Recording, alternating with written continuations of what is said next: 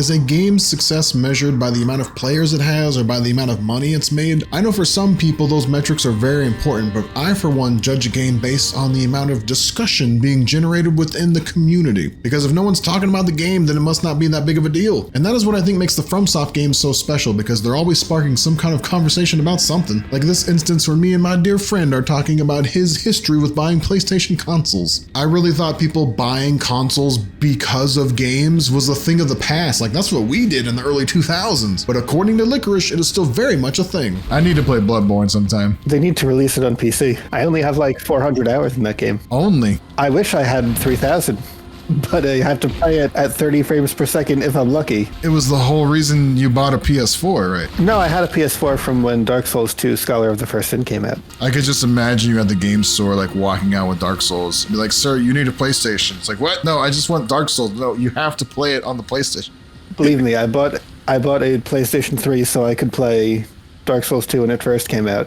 Oh, jeez. Then I bought a PlayStation 4 so I could play Dark Souls 2's expansion when it came out. Oh.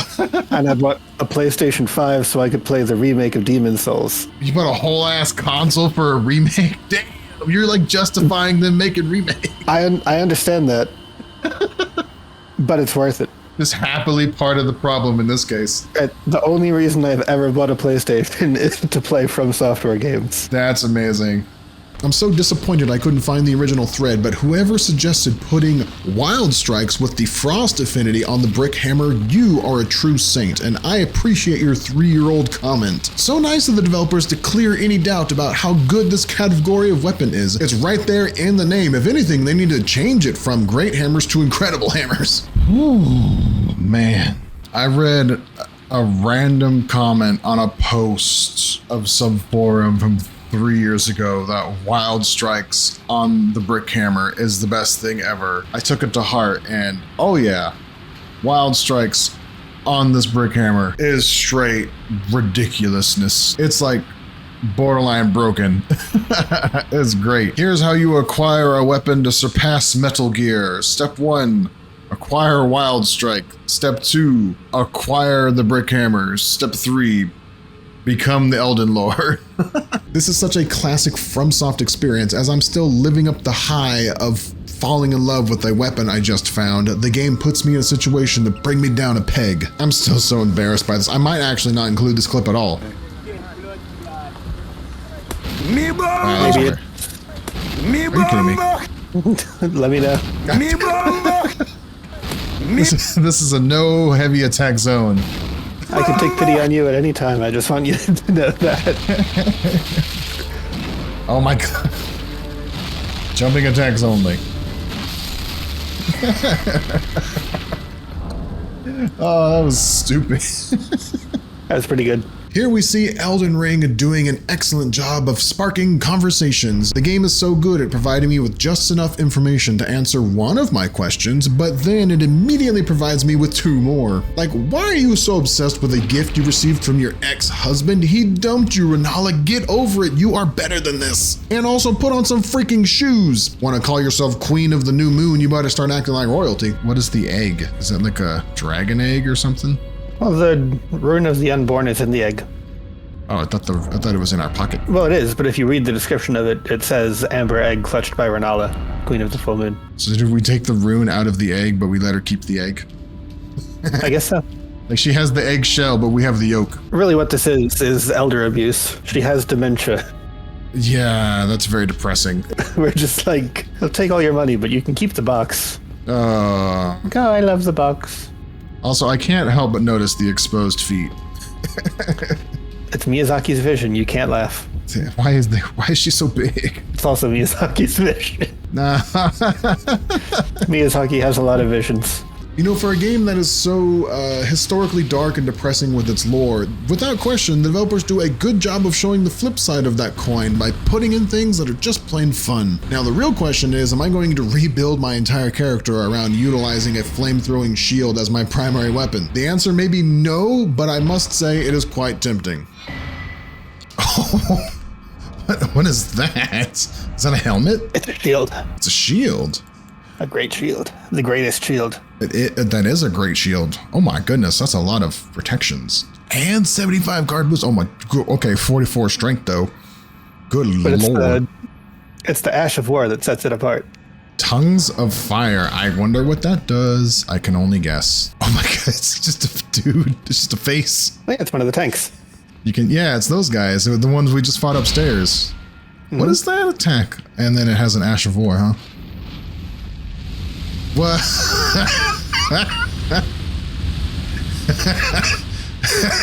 Oh, that's ridiculous.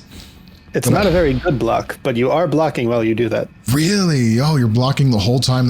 Yeah, well, I mean, you have your shield in front of you. That is neat. It's so funny in PvP when you like trap somebody behind, like trap somebody in a corner and then do that. Does it do a lot of damage? No, but no, that shield is a lot of fun. Yeah, it looks like fun. I don't know how good it is. This seems like the kind of thing that's either the best item in the entire game or just one massive gimmick. Oh, it's absolutely a massive gimmick, but it's a fun gimmick. It's very fun. It's good enough that you can use it and not feel bad about using it. All right, I want to just go smack something around with this for a little bit, but I don't know if I'll be using this. Now, here's another Elden Ring character that's just an absolute riot. I really appreciate the way he talks about his adopted daughters barely surviving in a post-apocalyptic environment with the same dismissive concern as somebody discussing yesterday's weather. As a man with only one daughter, I can't really sympathize because I get concerned whenever she sneezes too hard, but I guess it's different when you have a few of them.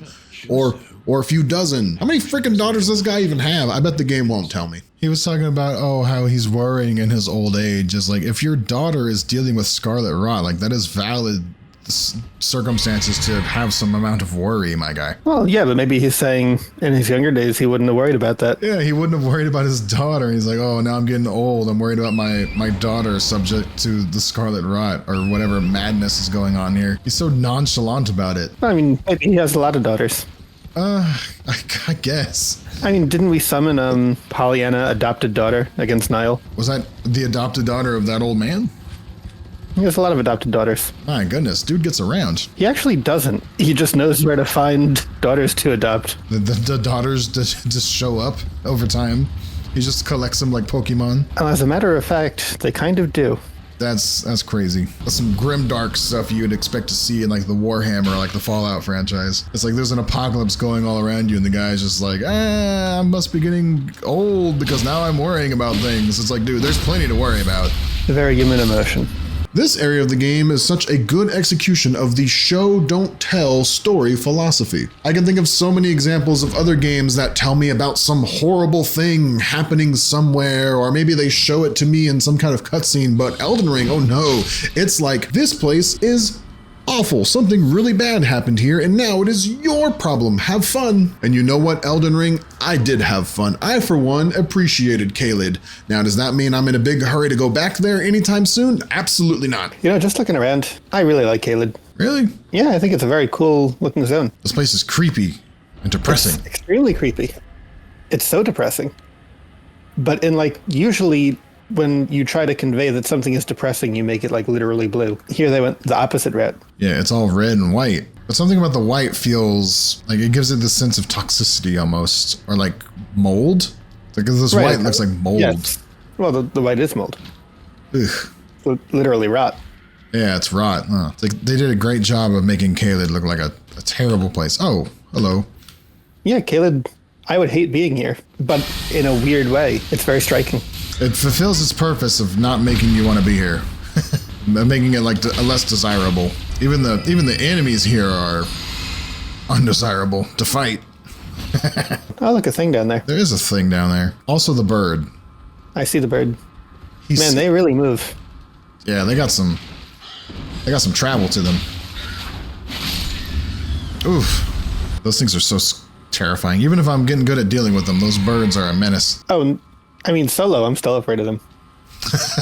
They command respect, and then they really fit with the theme of Caelid quite nicely because they're so disheveled and like worn down, but like incredibly dangerous. It makes you wonder if they were like that before Caelid was like this, or if they're like a product of this environment. Yeah, were those just like normal birds? Like they couldn't have been. They must have been some special type of bird. FromSoft has taught me that how inspired your players are to talk about your game is truly one of the best metrics on determining whether or not the game is good. You're just thinking about other things I've played recently, like Doom, The Dark Ages, Stalker 2. At don't really have anything I want to talk about with those games, other than the reality that no matter how good our computers get, new game performance keeps getting worse and worse every year. What is up with that? But Elden Ring leaves me wanting to talk about all kinds of things every time I stop playing it, which is really hard to do, actually. Like, putting the time aside to make these videos is very personally challenging for me. I just want to keep playing the game. I will continue to make videos, and if you want to see more of those, subscribe to the channel, and while you're at it, drop a like on the video. And until the next one, this is not goodbye for good, just goodbye for now. Oh, that's a ledge!